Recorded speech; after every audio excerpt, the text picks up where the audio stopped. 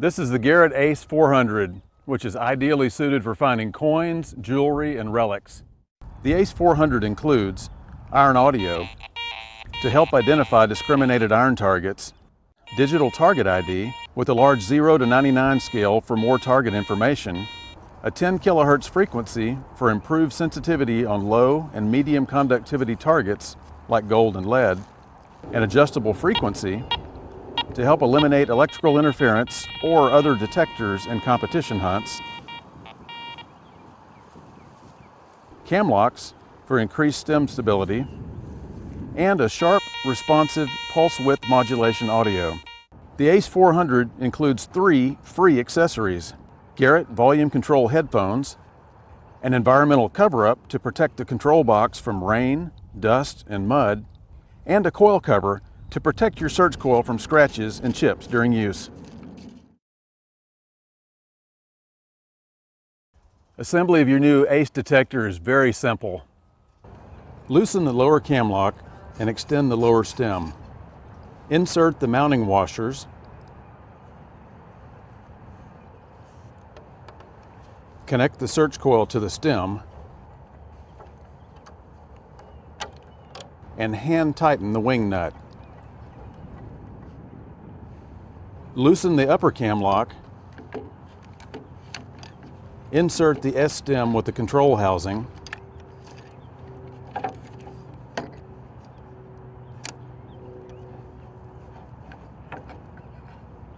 Adjust the lower stem to a comfortable height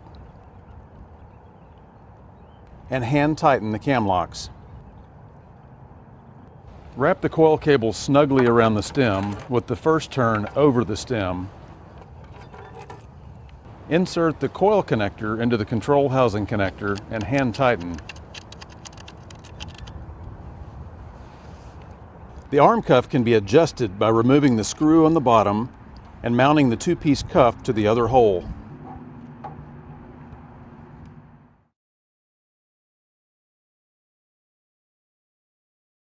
To power on the detector, simply press the power button. To power off, press the power button and hold for about 1 second until you hear that second beep. To restore your detector to factory settings, simply press and hold the power button for about 5 seconds. When you hear that double beep, you'll also notice that it has switched to coins mode, which is the factory default setting. The Ace 400 also includes this battery level indicator. When it's down to 1 bar remaining, it's time to change your batteries.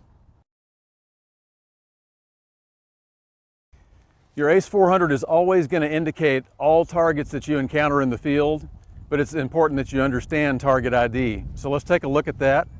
Okay, the Ace 400's target ID includes the legend up at the top. Ferrous or iron items indicate more toward the left side. Non-ferrous or more conductive items are going to be more toward the right. And you can see that US coins are all clearly identified. This lower scale here indicates all the pixels that are switched on, that are active, that have not been rejected. These that are cleared out on this side have been rejected. Although you will see a target ID cursor appear across the top row wherever an item is seen. It'll be audible if it's accepted. If it's rejected, it will not be audible, but you will still see the cursor. So I've got a target on the ground here. We'll go over this coin and you'll see what I'm talking about. You can hear the audio, and you can see the target ID cursor at the top. That pixel indicates the probable target identity. This digital target ID is a more precise value of the ID cursor it corresponds with on the upper scale. 85, 86, that's giving you a little more precise target information. You'll also notice that the depth is indicated in 2-inch increments. So if this coin was buried in the ground, it would be about 6 inches deep.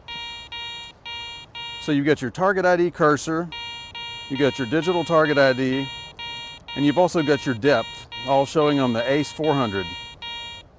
One thing to note on the depth indication, items that are very tiny, much smaller than a coin, may actually be sitting shallower than what they show.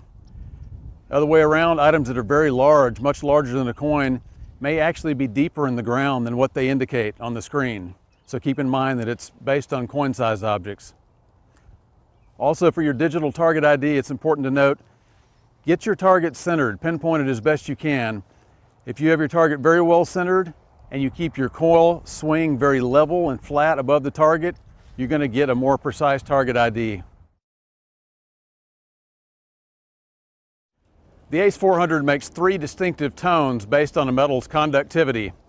I've got 3 targets laid out here on the ground so we can look at these 3 different tones. You can listen to them.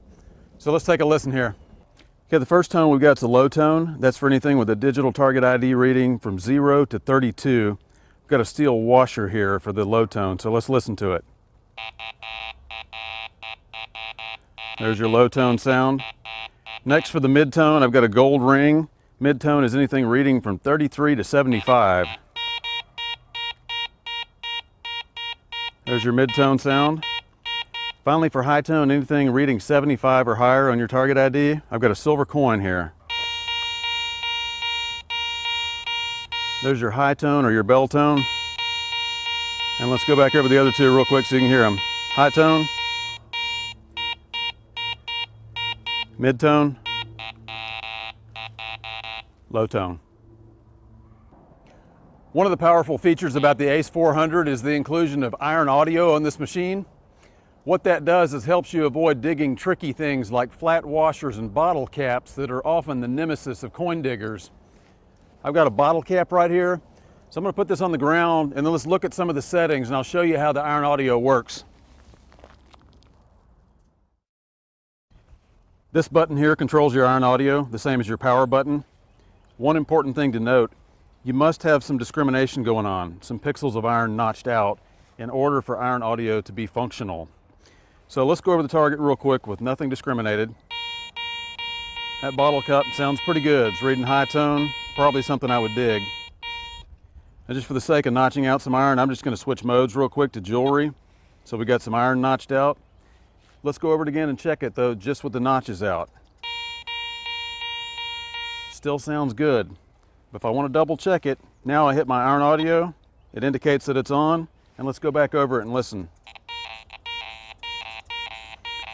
There's some flanking iron sounds. If I'm dead centered on it, still sounds okay, but as I'm coming and going, I can hear that iron grunt on either side of the target. Listen to this. That tells me this is not a pure coin target that I'm digging for. This item contains some iron mixed in with it.